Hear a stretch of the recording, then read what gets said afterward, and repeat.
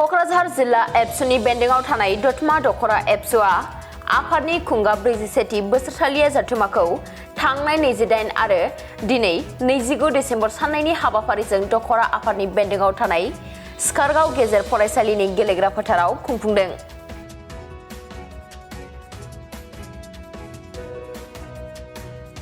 हाबाफारि बादियै 28 डिसेम्बर खालि जागायजेननाय हाबाफारियाव गेलेमु आयदा, थुनलाइयारि आयदा बायदि बायदि हाबाफारिजों लोगोसे सेथि थान्दै मेलखौ मावफुङो आरो नैथि सान एबा दिनै फुंबिलिनि हाबाफारि बायदियै आफादनि फिरफिला बिरहोनाय मुंख्लंफोरनि मुङाव बिबार बावनाय हाबाफारिजों लोगोसे नैथि थान्दै मेल जथुमनाय हाबाफारिफोरनि गेजेरजों साननैनि हाबाफारिखौ खुंफुंदों दतमा दख'रा दुलाराय बर' फरायसा आफादा।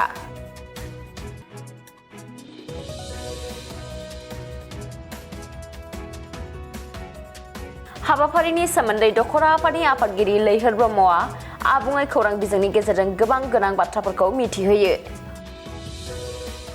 माजुलिपारा दालाइसा दुलाराय बर' फरायसा आफादनि बेंखनाव थानाय सिगांग्रो खुलुमहरनाय जाबाय। स्कारबिल गेजेर फरायसालिनि दतमा दख'रा दुलाराय बर' फरायसा आफादा फैयै फैयै दतमा दख'रा दुलाराय बर' फरायसा आफादनि 47थि बोसोरसालिया जथुम्मा बे जथुम्माखौ जोङो साननैनि हाबाफारिजों जों खुंफुंनो थि खालामनाय जादों। बे साननैनि हाबाफारिनि गेजेरजों जोङो जोंनि दुलाराय बर' फरायसा आफादनि फोसावखानाय बड'फा गोजोनथियारि सोलायनाय मावथांखिखौ बिथा खालामनानै जोंनि जेनेरेसनफोरखौ सुबुं सम्पद सोरजिनांगौनि थाखाय जोङो बेवहाय भलिबल कम्पिटिसन गेलेनाय आयदाफारिखौ जों लानाय जादों आरो बेवहाय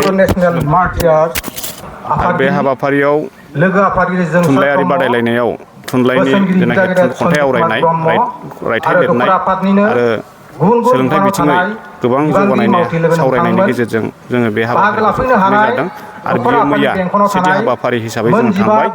दिनै फुंबिलिनि हाबाफारि हिसाबै जोंहा फिरफिला आवरायनाय दुलाराय बर' फरायसा आफादनि फिरफिला बेयो जोंहा जानानै थांबाय आरो बेनि उनाव डेलिगेट जिरायगोन।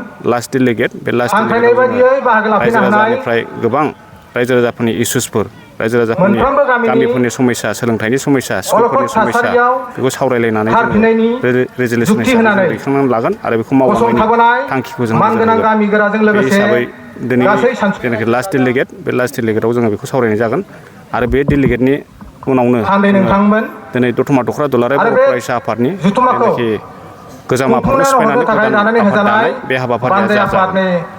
सरि जोंथ' थारमाने नैबे गेवलां मेल लानाय जायाखै। थारमाने मानोना दुलाराय बर' फरायसा आफादनि 67थि बोसोरसालिया जथुम्माया जोंहा दतमायाव जागोनखाय जोङो दख'रा आफादनि जेनाखि गेवलां मेल जों बे गेवलां मेलखौ लानाय जायाखै। मानोना मिरु दुलाराय बर' फरायसा आफादनि जेनाखि गेवलां मेल बे गेवलां मेलावनो जोंनि आलासिफोरनि जोंनि नांगौ दैदेनगिरिफोरनि बिबुंथिखौ जों खोनागोनखाय जोंनि दख'रा आफादाव जों गेवलां मेलखौ दोनथ'नाय जादों। जों दतमा दख'रा दुलाराय बर' फरायसा आफादनि सिङाव 96टा बर' गामि दं। बे बर' गामिफ्रा निस्सय आसाबादि जेन दतमायानो जों बुंनो थाङोब्ला जागायजेननाय आलादा रायजो सोमावसारनायनि जों बड'फानि दैदेननायाव जादों। बड'फाया दतमानिखाय जों दतमाया जागायजेननाय बे बाथ्राखौ बुंनानै लायो आरो बेनि उनाव 1996आव बिर सिलागांनि दैदेननायाव बिएलसि दानानै सेपारेट स्टेट आन्दलन खालामनाय बेयो दतमानिखाय जों दतमानिफ्राय जागायजेननाय बे बाथ्राखौ बुंनानै लानाय आरो दानि जेनाखि बिटिआरनि जेनाखि आन्दलन बे आन्दलनाबो जों दख'रा दुलाराय बर' फरायसा आफादनि जेसेबांखि रायजोफोर दं बे मैखोमै बाहागो लानानै बे सुक्ति मोनफैनो हानाय बे सुक्तिनि दफाफोरखौ निस्सय दुलाराय बर' फरायसा आफादाव जों खोनानाय बायदिबा मिरुनि नखर मन्थ्रि बिथाङा बाहागो लागोन। बे नखर मन्थ्रि बिथांनिफ्राय जोङो जोंनि बिटिआर सुक्तिनि जेनाखि दफा बे दफाखौ मावफुंनाय मोजां मोनसे फिथाइखौ जोङो दतमा रायजो राजाफ्रा आसा खालामगोन।